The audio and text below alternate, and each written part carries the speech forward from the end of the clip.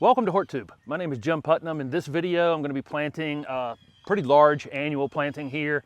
I had my other annuals down here along the side of the driveway for the winter, that big pansy planting and bulb planting, and it just wasn't very showy right there, so I'm moving it out here more toward the road to let passersby see it.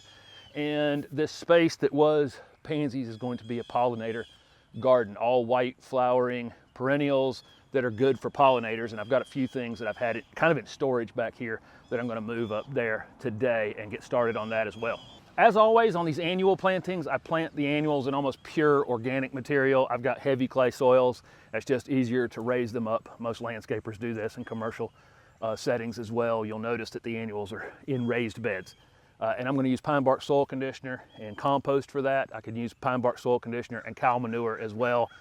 Just in maybe a 50-50 blend. I'm going to put a generous amount on the ground and then run the electric tiller through it, and then I'll lay the annuals out and show you. But these are those white scaviola fan flowers. This is that blackberry, jams and jelly blackberry vinca, which is almost black. It's really a very beautiful flower. I think it shows up more purple in the video, but it's pretty close to black actually. There are 7 white geraniums here, which I have deadheaded. These were a little beat up from a couple thunderstorms we had at the garden center, so that's why I nabbed them. I didn't think customers would be that impressed with them, but I've cut them back and they'll be beautiful here all summer. This is the purple pennisetum, or purple fountain grass, people call it.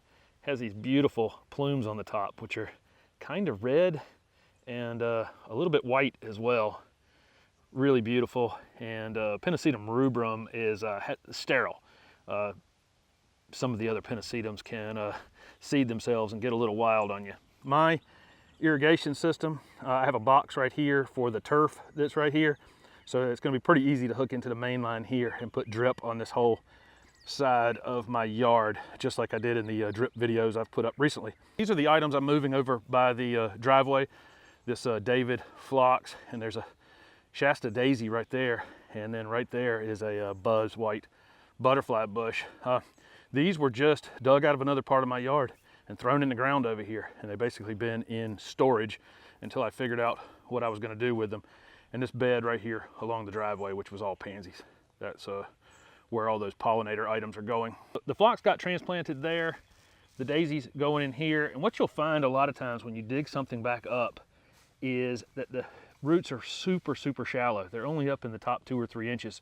So it's best to go as wide as you possibly can. And when I'm transplanting something like this in late May or early June, I'm likely going to have to take a little bit of the top off of this. I'm going to try to avoid it on the phlox because the phlox won't be too far from blooming, but this doesn't bloom until the fall. So I think I'll get away with taking some right off the top of it to compensate for the fact that there's very little root system. So here's everything put in the ground.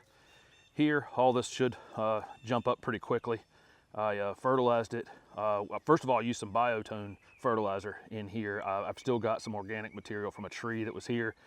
And when I ground the stump, I think I created a bit of a bowl in here, so it's holding a little bit of water. And then I used some flower tone fertilizer. I'll come back in a few weeks and fertilize it again. This area of my yard is just this really dense red clay right here. I can't even squeeze down on that piece right there. It just breaks apart, but it doesn't, you can't really squeeze it. Really kind of a nasty soil for annuals. They wouldn't like it at all. My shrubs don't mind it. You know, this azalea is sitting in it with a small amount of pine bark soil conditioner, you know, and the other things over there, no problem. Everything over here, shrubs and trees don't really care all that much, but these annuals would definitely not do very well sitting down in that. These geraniums will take off pretty quick in the ground here.